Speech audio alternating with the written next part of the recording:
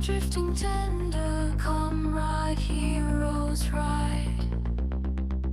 Her gallant severed away with the tide. The storm head gathers, come ride, heroes ride. Illusions scattered away with the tide. Why do weathered warriors wander their way where the wanting wonders wait?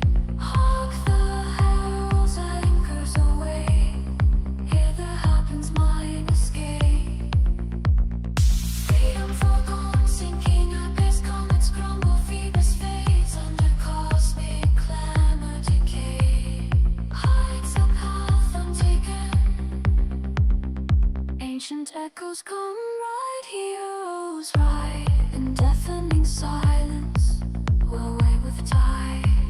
A wave of hazard, come ride, heroes ride. All in and windward, away with the tide. Stellar stories, starward bestrewn, slipping sidewise, see their snakes. Twixt the leaves you'll find not a miss. Missing gods and crossing fates, freedom surging, shifting ahead. Comets dancing in her way to the cosmic clarions accord along the path not taken. Tread on the road that is borrowed design. Through the sound of the signs do they seek tomorrow? Tonight, witness them as the end shall begin. What was final delight, floating back, further back, to burn, to come home.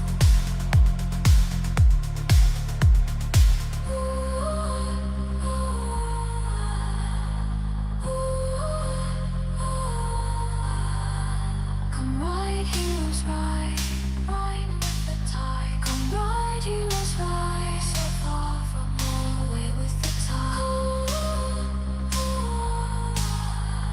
Come ride, heroes ride, so far from home, away with the tide. Come ride, heroes ride, to my final escape.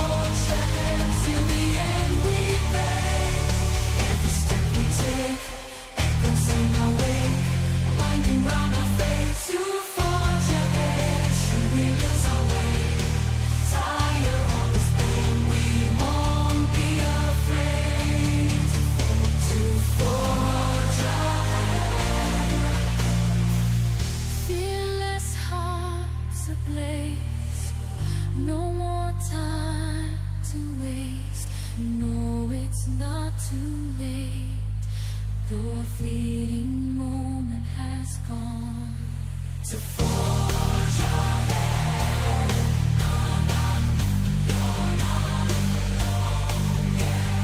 As we ride again.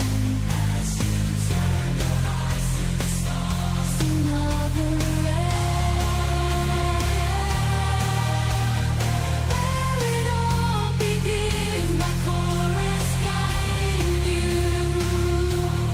Forge ahead. Tales of loss and fire and faith. Every word on our hearts engraved. In the dark you will not stray. Forge ahead till the end we pray. Tales of loss and fire and faith. Every word on our hearts engraved. In the dark you will not stray. Forge ahead till the end we pray.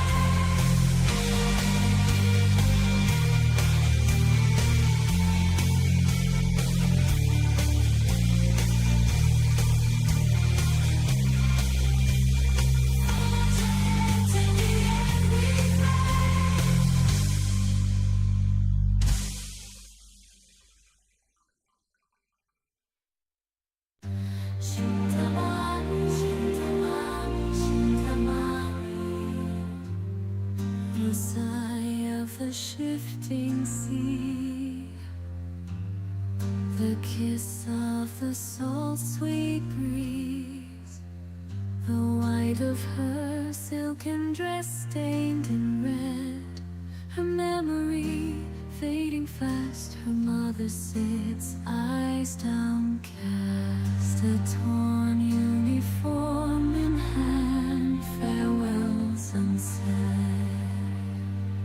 That once a certainty, lost in grief, a daughter's desperate cries, unheard pleas, forsaken, beaten, tried, on her knees.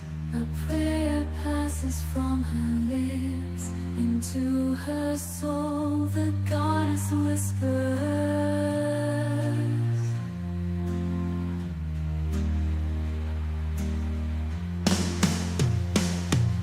A heartbeat without harmony is moonlight without dark. The heart seek of equilibrium. With balance will your worried heart so still this broken melody, and there will shoulder thee. One last step, only leaving an empty heart down by the sea.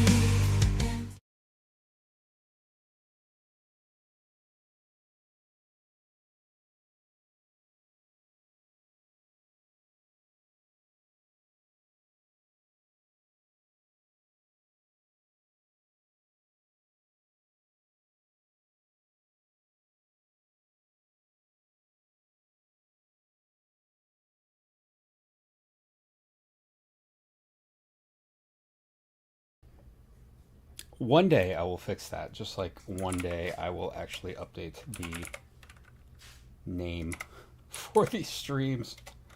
How is everybody today? Hey.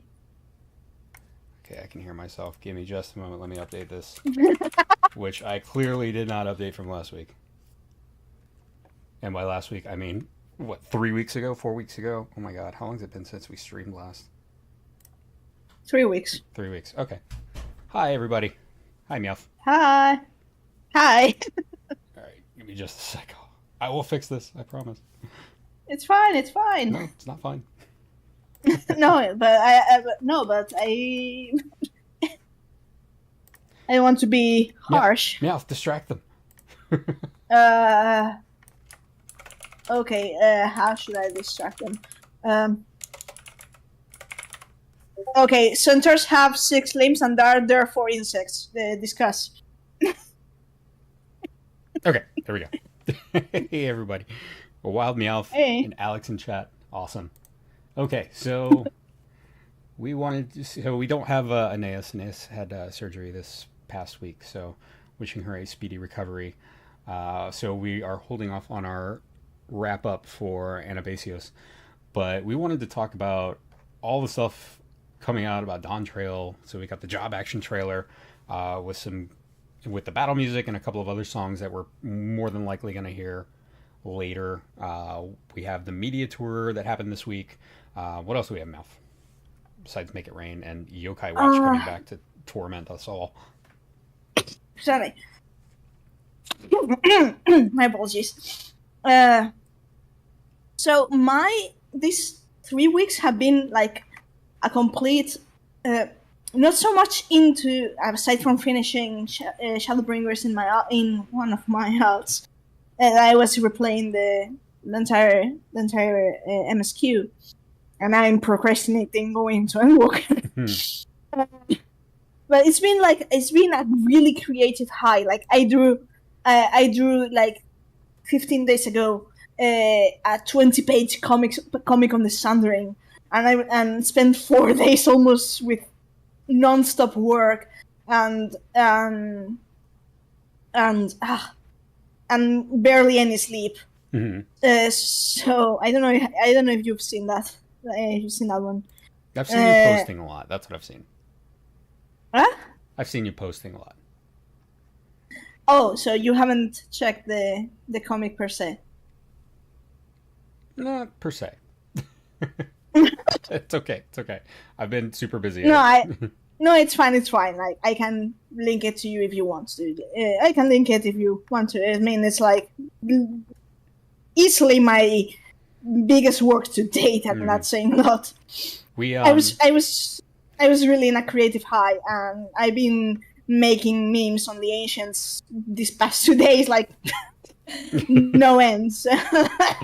I do also want to say, if anyone checked out Final Fantasy XIV's Twitter, they posted the intro or the login screen for Dawntrail, and there are no vocals to it. And after Shadowbringers and Endwalker both having vocals, it's kind of weird to not see vocals on that.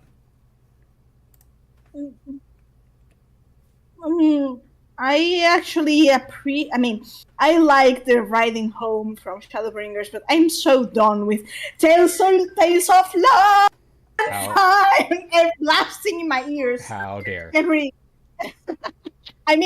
I like the song, but I don't like it's like blasting it in my ears every time I log into the game.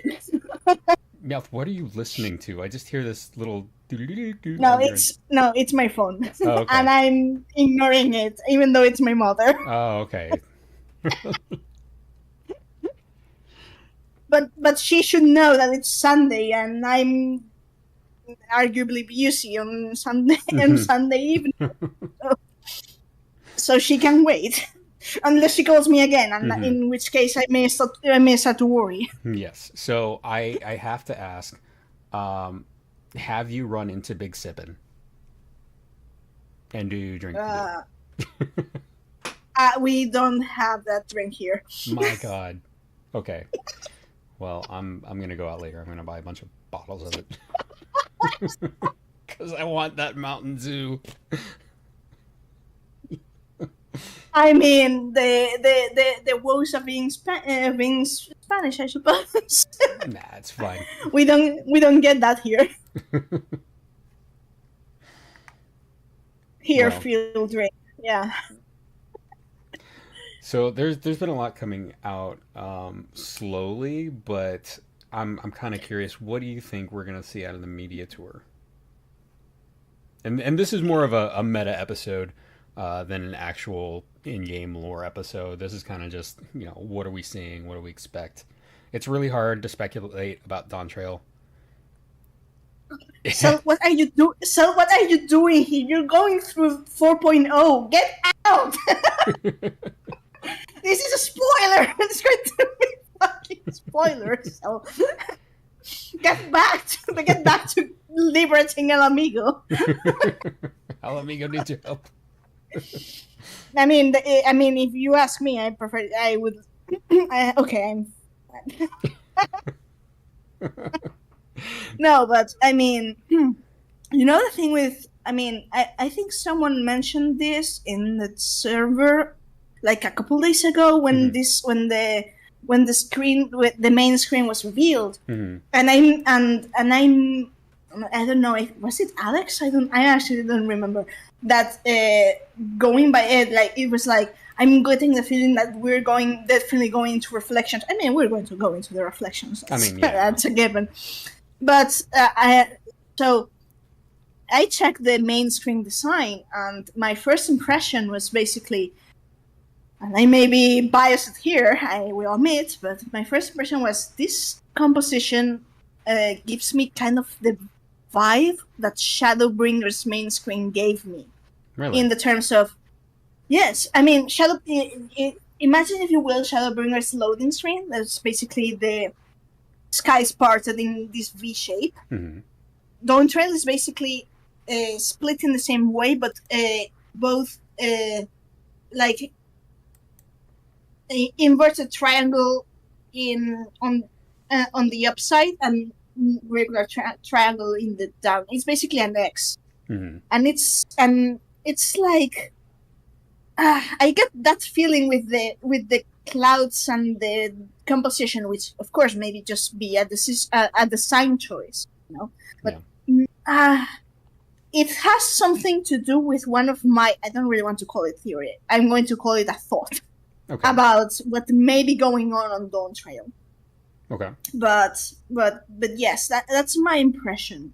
As for the media tour, I don't really know what can be. I mean, we still have the launch trail to be released, but I don't know. I suppose that's going to happen. That'll be mid-June. Mid-June, yeah. So, I was kind of thinking. Yeah, far as reflection hopping, I don't think we'll see that in Dawntrail per se. I think we will get some movement towards figuring out how to do it, but I'm not expecting that for another expansion or so. The Greek goddess of the dawn was Eos, and that's actually funny that you bring this up, because we're going to, of course, I suppose we're going to go over the job trails, the job actions, if just a quick rundown of them. But that's really interesting because for Summoner, the whole thing about Solar Bahamut and all that, and I speculated that this is basically the Asm harebrained thought of combining Bahamut with Hydaelyn. But the fact that it has swords as wings, I mean, I've seen people comparing Solar Bahamut to Strangers of Paradise Bahamut, but also but also Final Fantasy 15, and Eos being actually Eos, amusingly, is the name of the world in 15. So it's interesting if they go for a bit of 15 reference there. I don't know. Yeah, I don't know. It's hard to say. Because 15, for good or ill, has some ties with 13, so that's where I'm going, like, Though I have to say, if you ask me, I don't think we're going to see a clear plot reference in 14 to 13 until we get to an Allagan base expansion. Because, the whole if we get to an Allagan base expansion. If we get, I mean, Mercidia may be the good point as to expand on Allagan, I suppose. So that's interesting for me. But anyways, aside from that, that's my impression. No, I think that's a good, I guess, prediction, for lack of a better word. I don't know. The fact is, we just don't know a whole lot about what's coming up in Dawntrail. So it's the start of a new arc. It'd be like saying, well, predict Shadowbringers at the end of ARR. It's really hard to say where they're going with it. We don't even have a villain for this arc yet. Like we We had nothing. I mean, they've been setting up. They've been setting us up against Wuklamat's opponent. Yeah, but Like he's just an asshole. Well, that He's feels not a like villain. that's. Yeah, that feels like, if anything, that feels like the Gaius Van Berser of Disney Park. Right. I mean, we were discussing this Yeah. the other day, We are as the villain. in, We are going yeah, to a foreign land to usurp their throne and their succession ceremony. We are the villain. I mean, yeah, you can say, if you allow the Spanish joke here, we're basically Hernan Cortés. Yeah, pretty much. I mean, there's a lot of other names that places around here are named after, so it could be take your pick. Yeah, but I mean, you the could have- famous, I mean, one thing is one different thing is the one who discovered it. That would be Cristobal Columbus. Yeah. Kind of, but the one who actually conquered, Quote unquote. you know, that quote, yeah, quote unquote. Also, because this is not so much as a known fact, but many native tribes that were fed up with the Aztecs were actually helping him, which is, I mean, it tracks, I suppose. Yeah. But the real conquistador would be Hernan Cortés. Yeah. Well, they didn't know what they were getting into. Hey, But Tetsu, yeah, how are you? I mean, aside from historical references. And yeah, Gulal Jaja is absolutely open to election interference. Like that's yeah. he's like, if you can get the best interferer, you can win the election. That's pretty much how it goes. This is basically the definition of the trope. Ass kicking equals authority. Yeah, pretty much. Absolutely right. But yes, and yeah. So let me see. I kind of forgot what I was going to say there.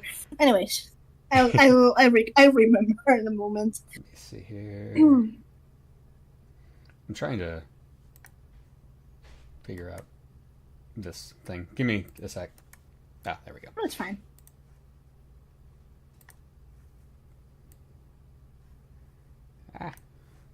So I'm just pulling up the job action trailer in the background here.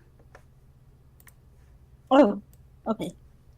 Yes. Oh. So one that aside from the job trailer is also interesting in the fact that they show some environments and stuff, and it's really interesting. Of course, we get to see a bit of the area around Solution 9, which is I was really zoom eyes into that one. But the fact that they chose that mountain for the last one, usually the last one tends to be a really relevant place in the job action trailers, and the fact that they chose that mountain, that's really interesting. I'm trying to rack my brain as to what can it possibly mean. But there's another thing that really had me, which is that usually, at least in these past two expansions, Shadowbringers and then Walker, they have been closing the job action trailer with the raid post with the poster job.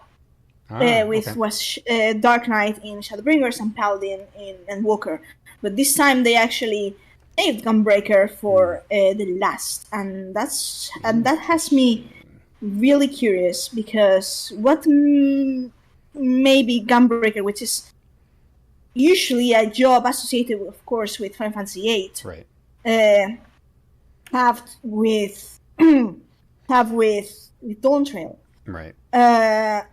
So I will say I was just really happy that White Mage has more attacks. And it seems to have a follow-up attack, which makes me very, very pleased. And I just realized we got two White Mages mains here, so we're like, yeah. So I'm gonna switch over to this scene. Hopefully nothing breaks, because I haven't tested this scene. And yeah, Thancred should have died in Shadowbringers. So we can watch this, and hopefully we don't disappear. All right, Meowth. Hmm. My God, there's still sound. I can still hear you. Now say something. Something. Yeah, that'll work. Awesome. Meowth is there too. Nothing broke. That's amazing. Okay, so I am going to Don't go jinx ahead it.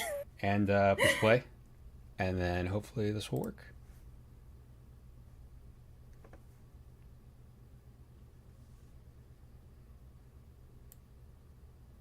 You know, it might be helpful budget. to The turn sound budget. Yeah, budget, exactly. No, but really, listen. They could sell a box of the soul crystals officially, and bet your ass people would be pulling punches just to buy them. You know. And it's So- really interesting. It's really interesting. If you pause here, you see that there's still a number of slots, which may hint at the jobs that they have planned for this upcoming arc. I mean, they can always communicate. I mean, of course, but at least they basically imply that there's going to be more jobs coming. Can I just say, I was not expecting this one to battle. I mean, this is basically an expansion that, even though I'm not Latin, but even though Latin American and Spanish heritage share so many things, because we have a really long story together, so to speak, Right. and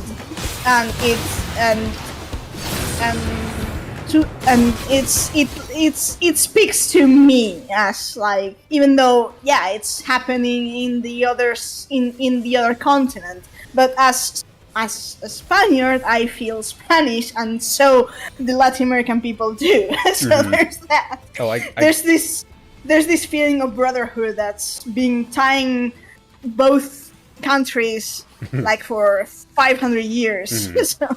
No, I definitely feel that. Alex, is that better? I cut it down by half. Hopefully it did what it was supposed to do. No, as pretty much as soon as I started seeing Quechuan pop up, I was like, oh no. I am. No, but it looks great. I mean, things does. really well. Really well done. Yeah, I mean, it's being handled really well. I can't complain. Okay, thank you, Alex. So yeah, it's not like ARR when they're like, here's stereotypical Native American stuff. It's more like, okay, you know, it's not just the aesthetic of the culture. There are elements of the culture in there too. I'm like, oh, awesome. I mean, aesthetic stereotypes are going to be a thing forever, because it's one quick way to So, identify someone. I do want to And- talk and- about the locations they're in a little bit. Sorry. So this is No, I mean, this is the area with the macaws. I forgot what they were called. Little green birds that everyone was going nuts over. I always like to try and find the area where they do this in the game. yeah, you kind of always end up. So here's the thing with Warrior. I really like they're incorporating more Earth-based looking attacks, I agree. and some of these actually remind me a lot of Arbor. Actually, there's this thing. This Dawntrail expansion, the job actions, there's some certain few that seems to be inspired, or the Warrior of Light drawing inspiration from other people that meant something for them during this past arc. Warrior being one of them, because Arbor is there, Right. and So- I mean, at least the fight we have with Olympus as Arbor. Yeah. So Tetsujin brings up an interesting connection. He said there's a potential connection between Thancred and Quetzalcoatl, since Thancred's reflection, the old Shadowbringer man, and his dragon pet Gukumats. Gukumats being just an equivalent name for Quetzalcoatl. So I expect Thancred to have a relevant role in Dawntrail. Also, the Nutkin that's strangely close to him. Nutkins and other Final Fantasy titles can be found at very specific places, such as by the Wind Shrine. Actually, yeah, the Nutkin reminds me a lot of Final Fantasy V, actually. Do we know for sure that Ranjit was Thancred's reflection? I mean, I would say think it's a fair. I think it's a fair. I think it's a fair assumption to make. But if we don't really know, as you know, as for bots. Maybe I can yes, kick the yes, bot. make them go away. Let me see. Do I have my? Give me. You know what?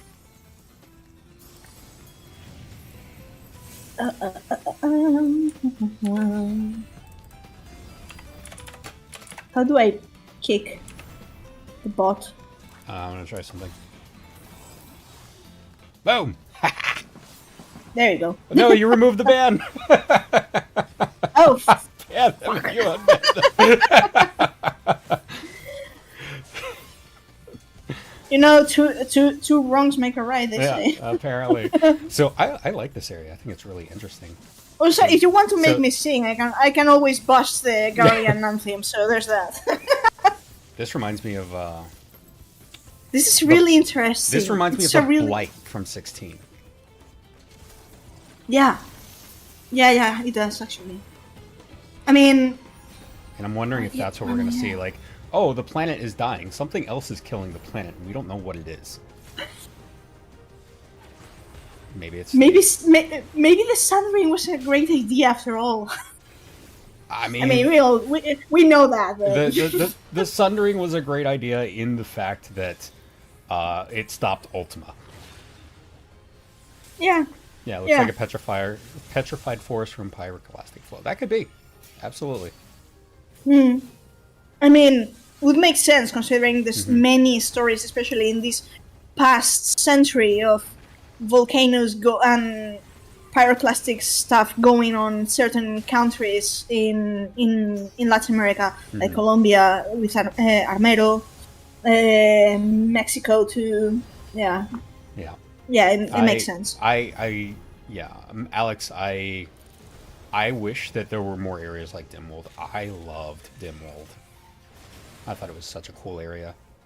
I felt like it was kind of wasted. Yeah.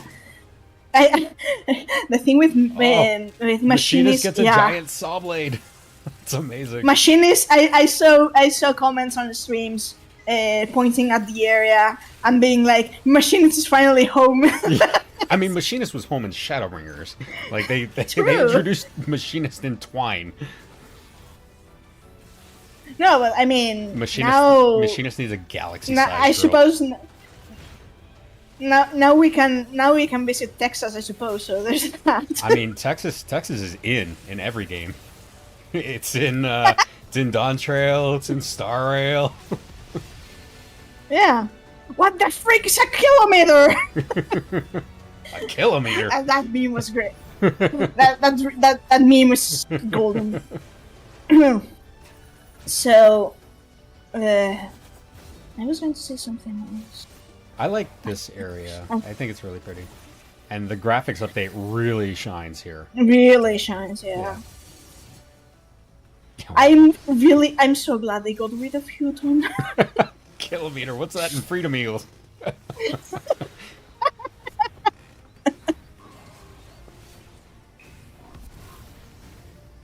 No, yeah, I'm really glad they got rid of Houghton. I was so fucking done with it. I mean, it was great to have Hurajin for the refresh on attack, but now it makes more sense. Sage. So Solution 9, here we go. So these are likely the outskirts of Solution 9, and I have to say, the style reminds me so much. So do you remember that scene in 13 with Sass and Vanille when they're waiting to board the boat to Nautilus, the harbor? Yeah. That style, it reminds me a lot of that same style. I can see that. This just it. Obviously, lightning ether everywhere, but the paneling on the ground reminds me of the Omicrons a lot. It's not hexagonal, but it's reminiscent. I'm not saying it has anything to do with them. Well, yeah, the atmosphere kind of reminds me of Meridianum a little bit. But it's definitely not Garlean. It's way too advanced to be Garlean. And it uses No, ether. okay. And it has a different style from Allagan. So Garlean would be yellow and blue. I don't know. It's a sundered settlement for sure. doesn't it use the same alphabet as all the fairies? I see someone pointing out. It uses a proto-ancient alphabet. So it follows the alphabet, not proto-ancient, but it uses the alphabet that's in the third lore book. And yeah, a soul repository, and there was something going on there. I don't know what. Okay. I like Black Mage's new little gauge. I think it's really cool. Yeah, Viper. Yeah, proto-alphabet, yeah. Viper. The snake. So I suck at melee jobs, but there's something about Viper that I really enjoy. And maybe it's the speed. I like the speed. It is very quick. Yeah, as long as Black Mage still nukes, everyone's happy. Yeah. Alligans is always a red herring. Oh my god, AC Gears and Arms. We don't talk about them.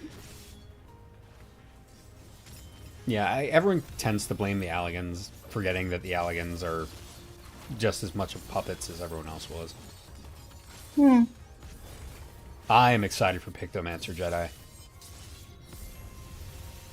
Like, Viper looks cool, but it's not my style. Now, the big class that matters right now, White Mage. Pictomancer is not my style, but Sacaster, which is my style, so it's kind of like... I just think it's awesome that Pictomancer is a completely different art style from the rest of the game. So this is...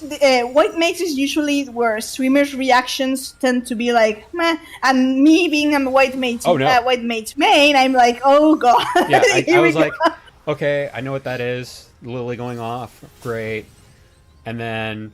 At first, I was like, yeah, it's the same stuff. And then I saw that, which is like, okay, that's a glare, probably 4. You know, you've got your Aqua Shield there. And then stuff starts getting a little crazy. You got glare right there with the follow-up. And I was like, oh, what is that? And then a Flatus. And then another follow-up. And then flies, and it's like... And a gap closer. What is happening? And then holy. And then what seems to be an upgrade to a size, which is badly great. Used. So I was very happy with the White Mage. Monk, best artwork. Monk. Yeah, here we are at the top of the world, or the mountain that holds the world. This is very, very Highlands of Peru.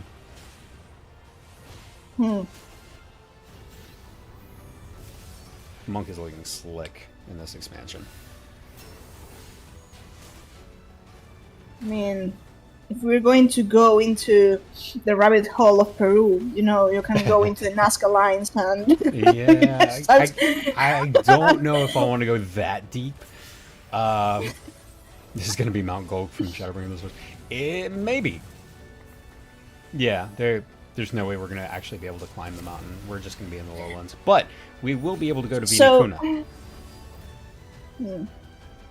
So yeah, Dark Knight. This was actually had me really like, huh? Did they fix it? Especially towards, I mean, I'm not that much an expert on Dark Knight, so to speak. I was more about the animations, because the combo finisher at the end, I've seen people point out that resembles Hades'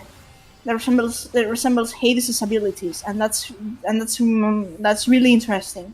In the fact that, I mean, chronologically speaking, if you want to, Hades may be the first Dark Knight in known history. So that's really interesting. So AC Gears and Arms says it's usually the 3 Assassins that are responsible for everything wrong, except for the 13th, which was Iggy Orm's fault. And also all the racism and slavery, the source. Yeah. That's that final ability. Yeah. Now this song is interesting. I like this song.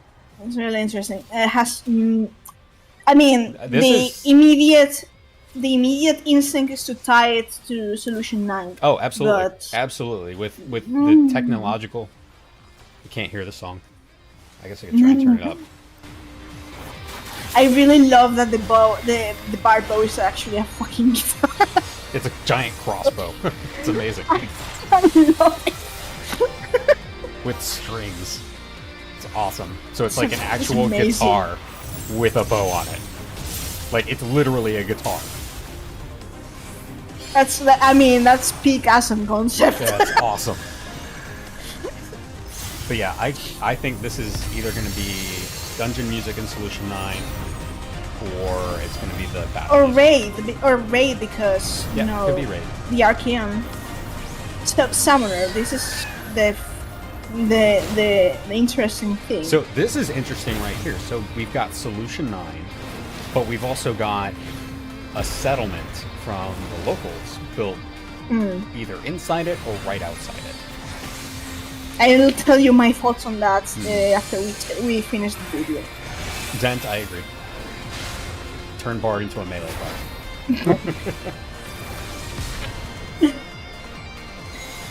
I mean,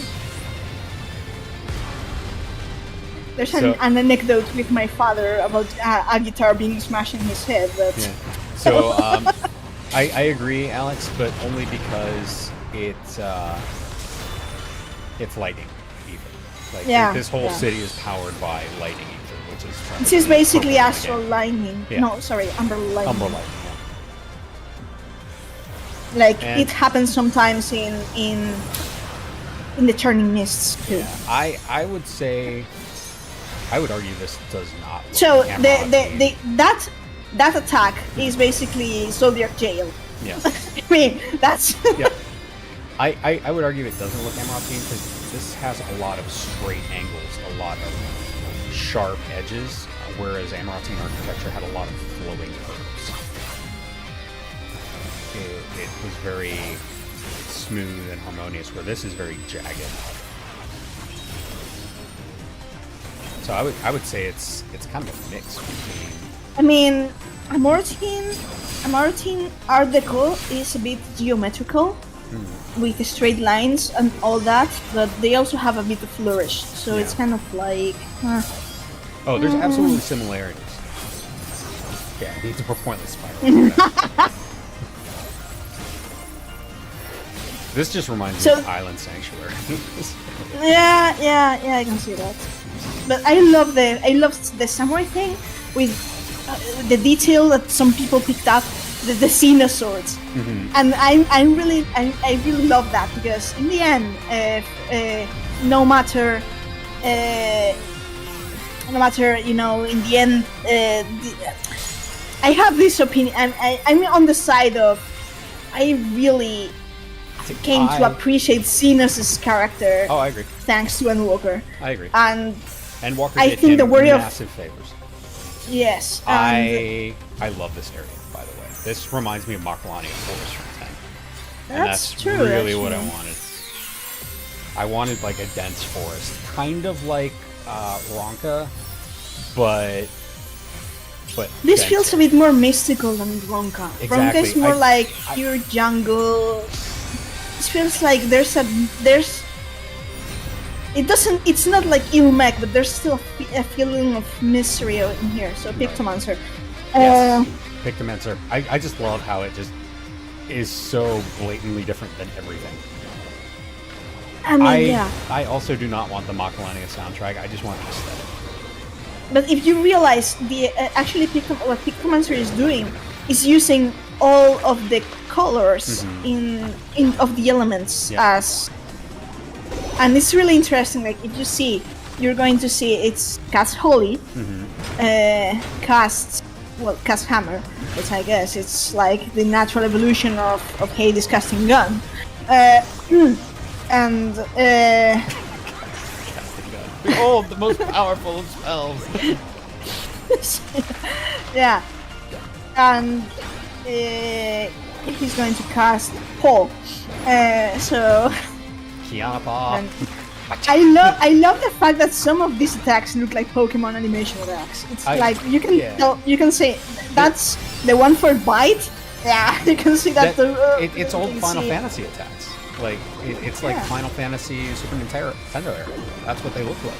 So there goes ice, there goes earth, stone, and there goes dark. I love No, how... sorry, that's lightning. Yeah. And there's going to be dark. Light. There you go. Yeah. I like it. I think Pick the Master is going to be a ton of fun. And there's Gunbreaker, No. which is the last one they showed for some reason. Here we go. Back in the mountains. Yeah, where did Realm learn all this? Exactly. That area feels so much like the Andes, like it's like the top. It's Urcopacha. Yeah. Like it's very high Andes Mountains. And Very high. Vinicuna is like an hour's hike. Very high, very unexplored due to the sheer height and conditions of these mountains, and also when one of the most amazing human survival stories in history happened. Yeah. So Yeah, I remember a lot. But this is definitely like, it reminds me of the area around Cusco. And Machu Picchu.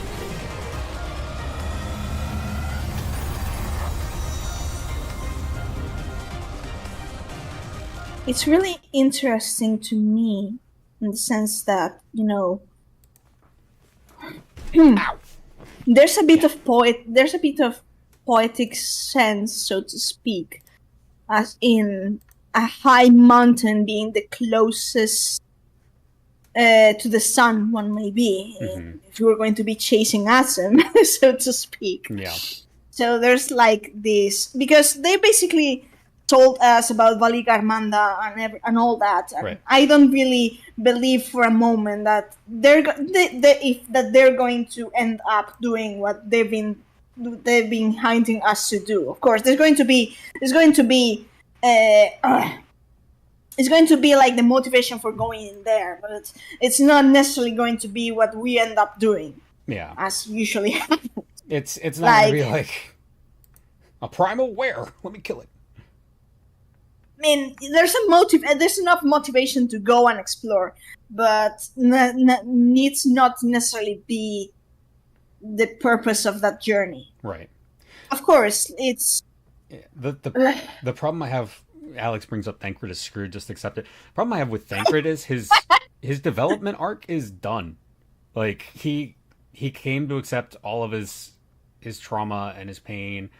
Like he came to terms with his regrets. And then he left Reem behind. It's like all he has left now is trying to get back to the first to get to her. But as far as like his emotional development and character growth, he's pretty much complete at this point. They've been elaborating. No, it's fine. I mean, they've been elaborating a bit on his bromance with Urianger, which is a great, so dynamic to see. I really. You stop. I mean, you stop that sentence. Sorry. No, fuck off. I don't. I mean, aside from, that partnership, so to speak, with Urianger, it's really, it's interesting, and I'm glad that they are pictured as like the opposing team, one of the opposing teams in the Dawntrail arc. Yeah, because I really enjoy. I enjoy the whole thing. Not going into shipping her. I'm just saying partnership, not shipping. Shipping is a complete. I don't go into that rabbit hole myself. You can sum up my character through Frank Sinatra's "My Way." Yeah, I can see that. And the only thing I can think of why Thancred should stick around for an entire expansion is if Reen gets in trouble and he needs to save her.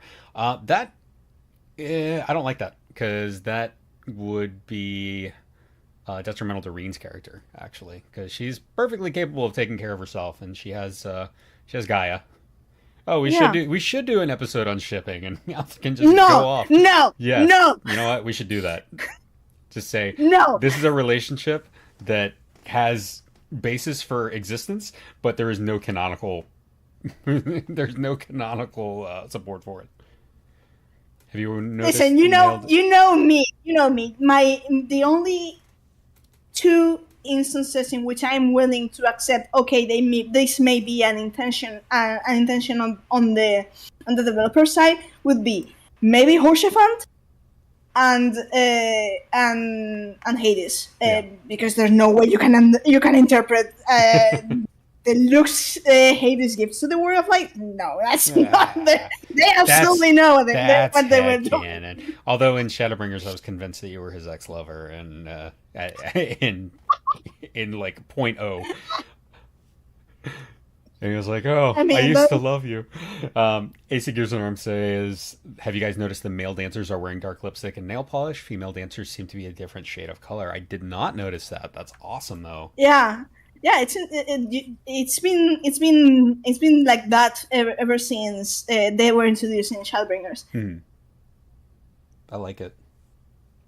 I mean, it makes sense in that it's kind of it uses a really very, very ancient. So this is my fine arts graduate nerd self. It uses a very ancient. The blue as referred to male, and usually it's kind of, you can say pink, but the original was actually red, associated with female. And Dancer actually plays into this, and I mean, it was muted to pink for whatever reason, but usually the real color was blue red, right? And it's really and it's really kind of in the arts and in dance, there's this sort of I mean, it's an art, so you play into symbolism and this sort of visual cues as for people to pick on that. And usually dances tend to be there's an important, so when I mean like in modern society, modern culture, it's like a bit of, may sound a bit old-fashioned to say this, but male and female dances and interactions in the arts or in visual arts, they're really significative of the essence of the world, of the pure.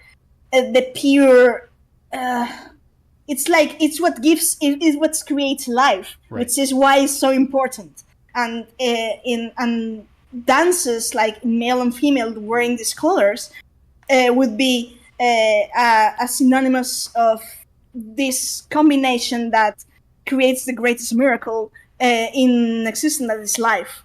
So it's all a celebration of life.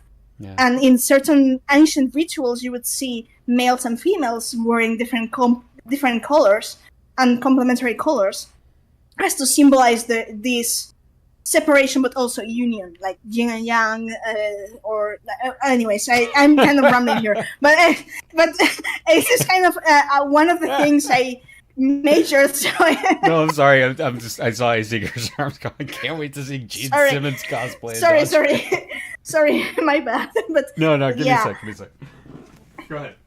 This is one of the reasons. Like, for example, when I realized back then in this was 5.3, and realized that the Asm crystal and Hades' crystal, the memory, the convocation crystals were actually in. You take the color wheel and check the actual colors.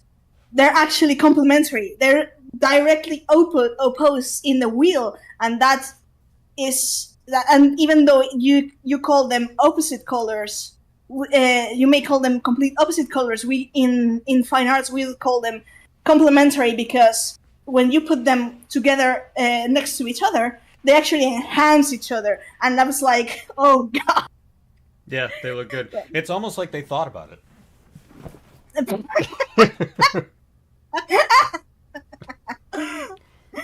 No, but don't make me go into symbolism. It's one of my one of the things I actually specialized during my degree. So don't go.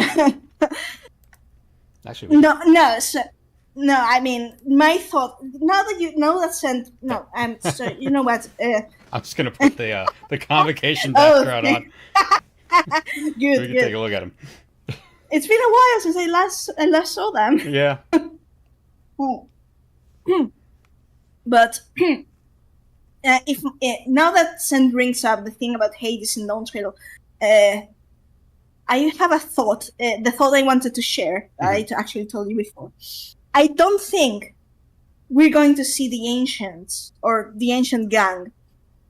No. So soon. No. So soon. I think we'll They're see. going to. I think we'll see remnants of their influence, but we will not see them. They're going to give it some space, and also surely because of the misleading impression that they want to.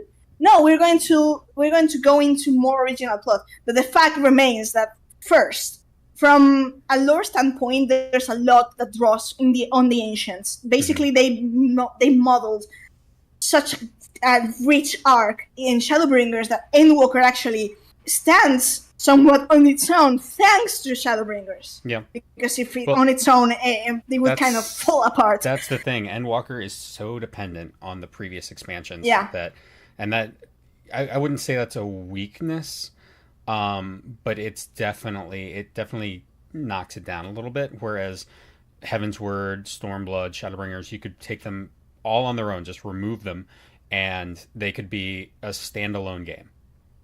Whereas Endwalker is just wrapping up those expansions and everything that happened in them. So that's kind of something that I think worked against Endwalker. Like, they had a very, very hard job with that. So Arcadian is Dudelafon and Ultima's side hustle. No, yeah. I mean, yeah, we do need to cross off Emmett Selk's bucket list. Absolutely. And that's all we've been doing since he gave it to us. So one of the things they're going to likely be doing as of, I don't know if Dawntrail, maybe patches, maybe raid content. Right. I think I'm kind of fairly sure that they're going to lean into, hey, there's story and lore over here. Yeah. The ancients, the Asians may be involved into this. Maybe there's a reference here and there to Hades, because after all, he's been not just creating nations, but also exploring the world himself as, Asim's crystal bearer. Right. So he took that role into himself. He's been a wanderer too, and surely has been someone like him surely has had to leave some impression. To the point I may actually think that I actually consider the thing of the step that perhaps Asim may have been Hades in the past, as understood. Maybe because in the end he was bearing Asim. I see what you mean. Where so the influence it's interesting. The influence of Asim wasn't necessarily due to Asim, but Hades as Asim. Yeah, I guess I could see that. Yeah. Tetsugen brings up a good comment. We still have more Hades narrating the rest of the sights to see in Eorzea, so we'll still be prodded by Hades to go do that. But I have a question. Who do you think is going to narrate the zones in Dawntrail? That's something I actually considered. Because obviously the obvious answer is Wuklamot, but I don't think it's going to be Wuklamot. Because it's almost never who we go with. No, it's aside from Lise, which fine, but that's basically the only exception, because and Heaven's Word was Count Edmond, Shadowbringers was Albert, which I mean, you could say Albert was going with us, but not all the time. He was kind of dead. Yeah. And Aaronville, I could see. Aaronville would be perhaps one but I don't know. Yeah. It's hard to say. Because, I mean, they might introduce a new character. Like Edmond. We had no idea who he was before Heavensward, and he narrated everything. I was like, who is this amazing voice actor? Holy crap. People do love the Scandinavian accent. It's true. I mean, I suppose there's the mysterious girl at the top of the Dawntrail art, but I don't. There's something about the girl that kind of irks me, but I can't really put my finger on what. Oh my god, Alex, if we get more on Galuf Baldesian, I will lose my shit. Like, Galuf solos everything. He soloed all of Eureka by himself. Like, that's the meme. He solos everything. Galuf is amazing. And then he dies. I mean, that's That's his MO. He kills everything and then he dies. Technically speaking, it would be amusing because in Final Fantasy V, Bart is the Warrior of Light, but Galuf and his pals were the Warriors of Dawn, and that would be an interesting play there. Yeah, I mean the Warriors of Dawn. If you think about its place, it's the first light that breaches the darkness, but doesn't actually, isn't fully changing everything to light. It just puts that first light into the dark and breaks the darkness. Yeah. The name of the explorer was Kettenran. Yeah, Rogadin, likely. Yeah. So my thought. Back to my thought. My thought was something. Oh, Trail because I don't know. You pointed that in the summoner area that like there's Solution 9 and there's the local settlement. Yeah. And I was kind of thinking, could it be possible that Solution 9 comes from another reality and it's bleeding into our reality? I would love it if it was a city from another shard that got transported to the source, like a half rejoining, a failed one, but more of a physical than spiritual etheric rejoining. That would be interesting because when we get a rejoining, everything just kind of gets reduced to ether in the shard and floods back into the source, but there's no physical manifestation of it. Everything looks the same on the source. But what if it wasn't? What if it was kind of an experiment? So after the 13th, they were like, can we rejoin a piece? Just a piece. The fact that it's using ancient, quote unquote, alphabet makes me perhaps think, and of course the Archaeon and all that, Archaeon being a clearly Greek-inspired word, right? Makes me think of something related perhaps to the Amortines. It could be. Zen says potentially the 13th. I don't think it has anything to do with the 13th. I think maybe it was a piece of a shard that was then fully absorbed later. I think I like the idea.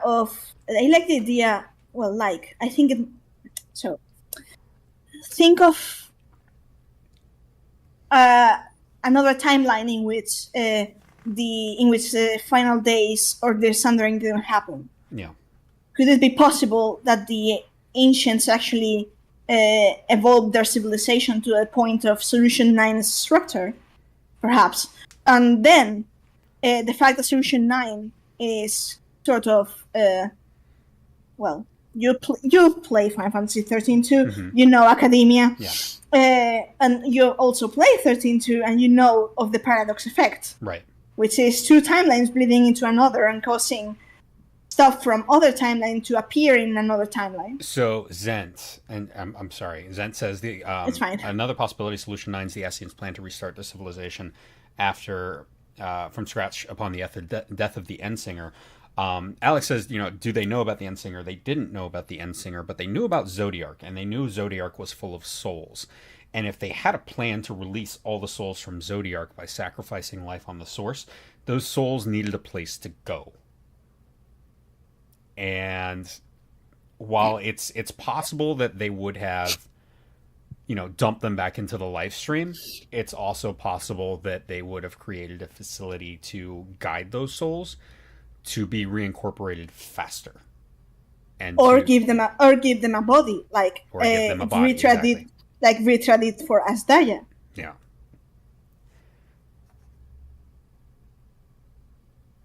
Oh man, yeah, just a lot of speculation. And now my mind is going to learn Returns on the Ark. and this is literally why this is my favorite part of this game is the not knowing before an expansion. And I remember every single time I was like, oh, what's gonna happen, and I love being wrong, and I love them surprising me in ways that I don't expect, until things start not making sense, like in Endwalker. I mean, the thing with Endwalker is that there's so many things that went down. So there's a difference in narrative between making a plot twist, Yeah. And twisting the plot. Okay. So Yeah. a plot twist has a narrative sense, especially if you go backwards, and it makes and you can see the steps that leads to this reasoning that perhaps you may have not seen coming, but then in hindsight it makes complete sense. You can replay a Realm Reborn, Heavensward, and Stormblood after Shadowbringers and be like, oh, Heidel's actually a primal, Heidel's are primals, and the Ascians are not actually doing this out of all of this. And then you go back to, you replay the previous expansions, and then you realize, okay, I'm actually seeing this story under a new light due to the revelation of Shadowbringers. There's an element of that in Endwalker, if you will, but it's a really it's hard to stretch, and I get it. A plot twist is fine. A piece of information that recontextualizes everything that came before. The problem is that there's the plot.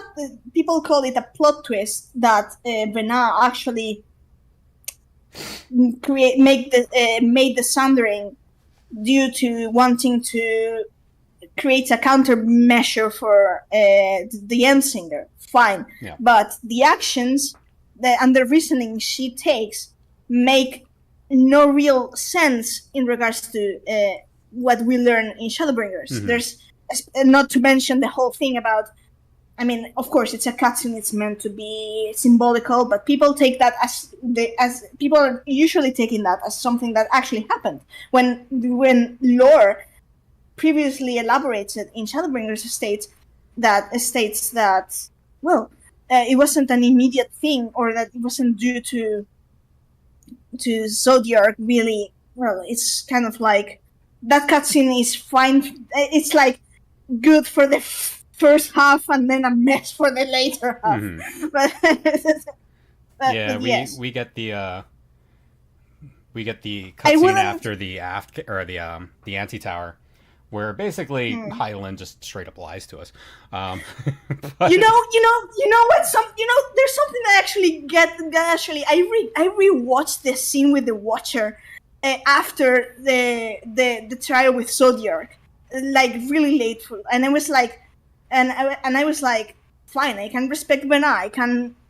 No, I don't necessarily agree with her, but I can see her point. Like in the same way, I don't really have to agree with the Ascians. Well, the methods in any case. I understand the point, but I don't really feel like endorsing neither of your methods. Right. But I got to the scene to the Watcher, and then the Watcher explains the whole thing about the shards and the whole. And then the Watcher comes, basically paraphrasing. I think that Venat wanted the inhabitants of the Source and the Shards to not look into the past, which is basically a really bad idea, because if you don't know your past, you're doomed to make the same mistakes of your future. Right. And also, it's basically a middle finger to the Unsundered, as many others, but fine. And people ask why Hades was so annoyed by the when in Ultima Thule. It's like, mate, I would be hell annoyed too. But Yeah, agreed, Alex. Like after Heavensward, it's very obvious they pivoted because they didn't really know what they were doing with the Ascians until Stormblood, which is why I feel partly that they took such a backseat back then. And also, um, I do like Croton. I think he does a great job.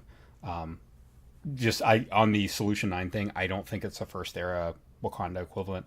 no. One thing what we know so far, it's abandoned. It's being used by the locals, but they are not the ones who built it. And also, I am Alex. Let's see. Oh, Zent said the historical legend, which I'm assuming you mean about the Roanoke colony that disappeared, and all that they found was Croatoan written on one of the walls. Yes, yeah. So basically, yeah, one of the first colonies in North America was founded, built, and then completely vanished, and no one knows why. Yeah, and there's one of those civilizations that somehow disappeared, like the peace out gift. Yeah. But but I was saying that I was watching that cutscene. And there's this. At least they made the Warrior of Light call out the Watcher, like the whole when the Watcher goes. But Heidelin never wanted Zodiac to be destroyed, and the Warrior of Light can answer like. I do recall her telling me to banish the darkness back to the Antitower, and the best answer the Watcher can say, the answer is literally, you can't really judge anyone's intentions by their words, which actually made me like, excuse me. Yeah. That's basically the lamest excuse one can give in this sort of argument. And then, just to add insult to the injury, you have Yustola saying like, it starts being like, it's going into, if we haven't stopped the Asians, then how many civilizations and sources and people would have died? And I'm like, no, you're not supposed to you're not supposed to go into this hard Hyberlin copium, which, and I was like, I was so mad. I was like, oh, for fuck's sake, yeah. Like really, I appreciate. They very much push you into one direction, into making a choice. I appreciate the science. I usually like them, except. There's just one exception, but I usually overall like the science. Why don't you like Urianger? No, I like Urianger. The only thing I may like frown upon Urianger is him coming up with the whole damn white aura side thing. Yeah. It's like, I mean, fair, it was Moonbrita, but she got what she just. Wow. We'll talk about that later. AC Gears and Arms says, at least with one of the Assassins, La Habrea, he got so much character development after his death, which is kind of ironic considering most people don't get that after death. I think that's because they developed Elidibus and Emet-Selch so much. It was kind of a disservice to not develop him too, and then they made an entire raid to kind of go into him. I see, Alex. I don't know. I don't know where it came from. Judging by the fact that there's proto-ancient on it, it's obviously very old. And I mean, we've got ruins from the ancient world. Well, we say it's pretty old because it's proto-ancient, but maybe it's not necessarily old. If in case that, which is one way of actually throwing most people like off guard. Like, for example, if it's ancient as in, the ancients, the race, the unsundered, but it's actually a parallel reality that runs parallel to our reality in which it's like their, so to speak, current age has developed to that level, and it's bleeding into our reality. That would mean it's actually present. I mean, I hate time talking. I mean, that's pretty much like the half rejoining idea, where it was developed on another shard, but then fell onto the source for some reason. But I mean more like where did it come from and what was its purpose? Is it an ancient Yeah. relic? Because we've got Elpis, which is presumably that there's evidence that suggests it became the churning mists, and of course we have the relics of Amarot, which are under the water on the first, which would have been long buried and destroyed on the source. But presumably, if there had been a city that was not ruined, because the final days kind of wrecked everything on the source. It's hard to imagine that this was created pre-sundering. So it's definitely a post-sundering structure, but I don't know. I like, yeah, time travel headaches are bad enough. Yeah, let's not add See, time travel headaches are bad enough. Let's not add multiverse on top of it. It didn't work for Marvel. It's not going to work for 14. So yeah, it was another possibility. It was a city built by the remaining Unsundered after Zodiark's summoning, stabilization and seeding of new life to hold this new life for study or as captive for the eventual sacrifice to Zodiark. Possibly. Like I said, I don't know. There's a lot of different things it could be. And yeah, exactly, Zental. We don't know how much time passed between Zodiark's stabilization of the star and Heidelin's summoning. I like to call that the world of Zodiark. I mean, if we listen to the game and that cutscene, it was immediate, which flies in the face of the short story we got where they were trying to figure out what to do with a new life. So, yeah. Let's see. Tetsu says, I hope it's the dream world, the underworld. We need to visit to find out what ripped out Mexico from Tyrol. There's no Central America in Tyrol. Central America has been reduced to a bridge over a chasm.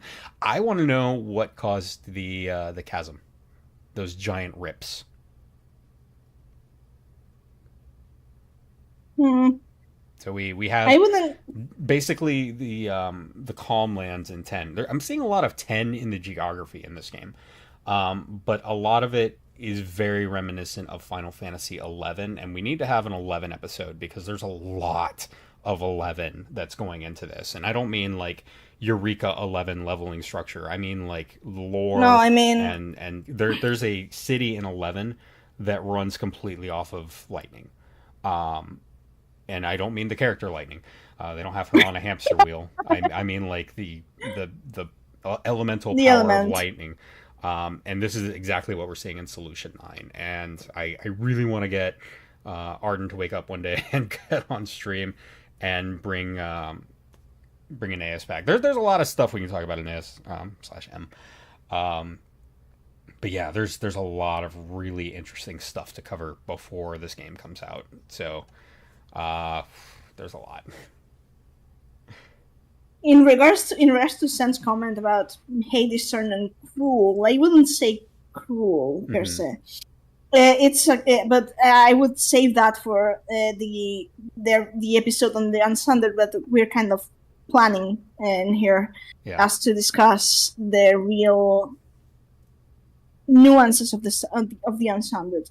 Though the situation, as if you ask me, the situation with the Unsundered is pretty much, and Hades in particular, is pretty much described by Albert in Shadowbringers. You know, especially when he mentions the abandoned principles and how the wariness of the hero mantle eats at you, and it's that particular line that strikes me, as in how much this weight and the frustration, the suffering, the weight of the world in your and the desperation gnaws at you. Right. And even so, you don't really see, neither you do actually see Elidibus being cruel, or maybe La Habrea, but La Habrea was not in his right state of mind. He went crazy because of Athena. And but Hades was not necessarily cruel. No, like Hades for example, like for example, in the final battle in Shadowbringers, he could have, swooped the ground with the Scions and the Warrior of Light, especially the Scions. The Scions were like he could have perfectly swatted them as flies, but he actually never really harms them. He knocks them out, but never actually harms the Scions. Yeah, the only action Hades does until you fight him is he shoots the Catman, and non-lethally to just stop him from killing himself, thereby saving his life. So he just doesn't actually do anything bad. He's like, stop trying to kill yourself. I still need you.